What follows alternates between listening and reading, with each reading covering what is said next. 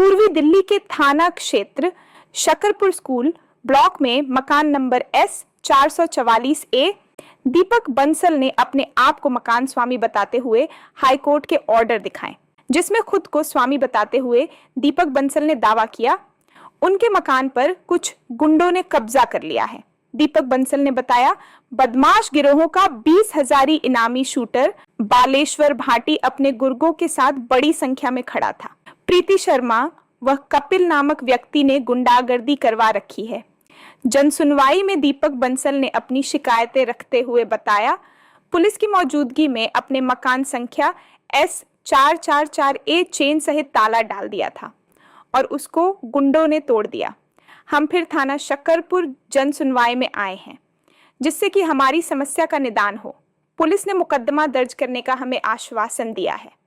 हम कानून का सम्मान करते हुए आपको बताने की कोशिश कर रहे हैं कि हम इस संपत्ति के स्वामी हैं और कानून के दायरे में ही अपनी संपत्ति का निदान चाहते हैं। दीपक बंसल ने जानकारी देते हुए यह भी बताया करोड़ों की संपत्ति में कुछ रुपए देकर मेरे मकान को हड़पने की बड़े स्तर की गुंडों के द्वारा कोशिश की गई है। आइए देखते हैं अभी की बड़ी खबर। मेरा नाम राकेश कुमार कोचर है, मुझे आर के कोचर भी कहते हैं। मैं बार काउंसिल दिल्ली में पिछले 16 साल से वकील भाइयों की सेवा कर रहा हूं। अभी मैं vice chairman bar council Delhi, को चेयरमैन और चेयरमैन एनरोलमेंट कमेटी रहा हूं।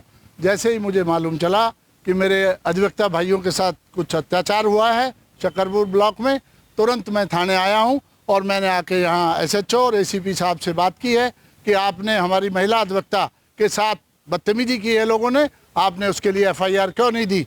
तो हमने जैसे ही उनको विरोध किया तो उन्होंने तुरंत FIR काटी है और उनका बयान दर्ज किया है। उसके लिए हम उनका धन्यवाद करते हैं। दूसरा, हमने कंप्लेंट की कि जो हमारे वकील भाई की प्रॉपर्टी पे गुंडों लोगों ने, जो बदमाश हैं जिन पे 20-20 हज़ार रुपये का इनाम है, उन्होंने कब्जा कर लिया और उन पे गोली चलवाई है। उसके लिए मैंने ACP अशोक कुमार और SHO कमल, उनको मैंने रिक्वेस्ट की है कि आप इस पे तुरंत FIR दर्ज करें और हमारे वकील भाई की जो प्रॉपर्टी पे नाजायज कब्जा कर रखा है उसका कब्जा तुरंत दिलाएं। और इसमें हाईकोर्ट ने, ऑनरेबल हाईकोर्ट ने इसमें संज्ञान लिया है और उन्होंने एक ऑर्डर पास किया है कि ये वकील साहब की जो प्रॉपर्टी है उस पर उनको कहीं आने जाने में कोई डिस्टर्ब ना करें। अगर कोई डिस्टर्ब करता है तो SHO उसके लिए जिम्मेवार होगा और FIR दर्ज करेगा। इस बात में जैसे ही हमने अपने ताले और उस पर अपना कब्जा लिया, तुरंत उसके बाद ही हमारे सामने ही है 200 वर्ग गज का ये प्लॉट है, 5 मंजिला इमारत बनी हुई। कब्जा कब से है? पिछले महीने की 14 तारीख को वो लोग उस मकान में घुसे थे बदमाश, लेकिन हम तो न्याय प्रिय हैं और खुद अधिवक्ता हैं, तो इस नाते हमने झगड़ा नहीं किया, कोई विरोध नहीं किया। हमने कानून का ही सहारा लिया और माननीय उच्चतम न्यायालय ने हमारे पक्ष में ऑर्डर जारी किया कि जो चीज आपकी है वो आप ही की है, उससे ना आपसे कोई छीन सकता है, ना ही कोई जबरदस्ती हड़प सकता है। यहाँ पे ताला मारा था, वहाँ पे पुलिस भी थी, वहाँ पर आप लोग काफी संख्या में थे, वहाँ पे उस समय मीडिया भी मौजूद थी, तो वो ताला तोड़ दिया गया है? जो ताला अपने अपना हाथ से लगाया वो था? ताला तोड़ दिया गया है, बदमाशी की इंतहा है। तो इसीलिए तो आज हमारे चेयरमैन साहब हमारे बीच में हैं कि गलत काम को, हमेशा ये हमारे साथ खड़े होते हैं कि गलत काम को रोका जाए। आज सर के आने से हमारा मनोबल चरम सीमा पर है।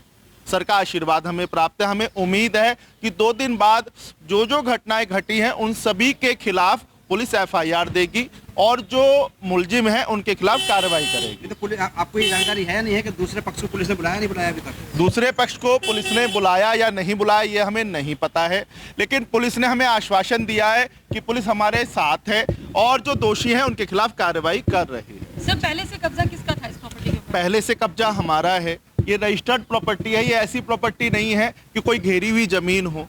ये बाकायदा कानून का पालन करते हुए खरीदी गई प्रॉपर्टी है, BDI कंस्ट्रक्शंस के नाम है। इसके अंदर कोई गैर कानूनी काम हो ही नहीं सकता। तो सर, किस तरीके से ये जो बदमाश आप बता रहे हैं कि इनका काम ही है कब्जा करने का, तो इनके पास कैसे पहुंचा? आजकल लोग क्या करते हैं मैडम कि 2 लाख रुपए या किसी 10 करोड़ रुपए की चीज को खरीदते हैं और उसमें 1-2 करोड़ रुपए बयाना दे देते हैं और बाद में बदमाशी कर करके उसके अंदर पेमेंट के पेमेंट ना देनी पड़े तो बदमाशी के जरिए से रजिस्ट्री कराने का प्रयास करते हैं।